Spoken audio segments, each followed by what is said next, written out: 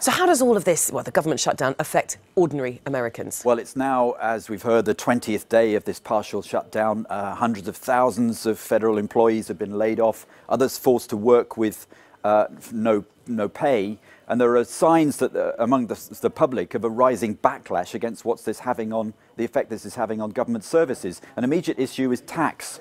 Lots of offices are closed down. Hundreds of thousands of Americans are due to get tax refunds. There are question marks over whether that will happen now. Donald Trump says he thinks there's enough funding for those checks to get sent out. But the Tax Workers Union is planning a legal challenge against the authorities for forcing their workers to work without pay. Now, the impact's already being felt also in airports. There are warnings that security and safety could be compromised. Airport security workers, some of them will miss their first pay packets this Friday.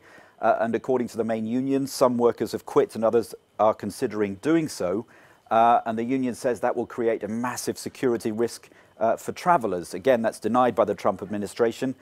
They say that staffing is adequate and so far there have been no unusual delays. But the air traffic controllers also say that if their staffing levels go down, and they're already at a 30-year low, then the delays will be inevitable. Now, all airport workers are planning a rally in front of Congress today. In Congress itself, incidentally, the work there has been affected because the Democratic plans for oversight of the administration are being put back because they're spending, now oversight, that of course is the investigations they wanted to launch into Trump and his affairs.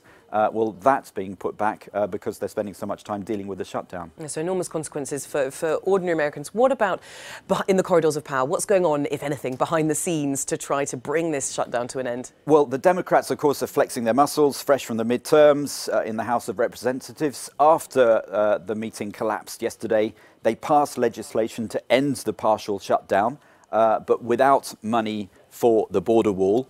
But of course, that's not going to get through the Senate, which is controlled by the Republicans, so they won't allow a vote for now. Nancy Pelosi says more votes are planned to provide money for a whole range of government departments.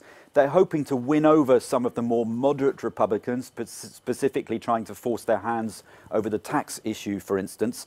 But Donald Trump, he met Senate Republicans yesterday and says he still has their unwavering support for the border wall. Are there signs that more moderate Republicans are wavering? Well, there are signs, yes, that they've got misgivings. Some indeed are exasperated, but they seem to be holding together for now. Donald Trump himself, well, we've seen he's going to plan that visit to the border today. If he does go ahead with this threat to declare a national emergency, well, that could see him ignoring Congress altogether and using money that's normally allocated for the military to pay for his border wall. That's likely to be explosive even within his own party. Yeah.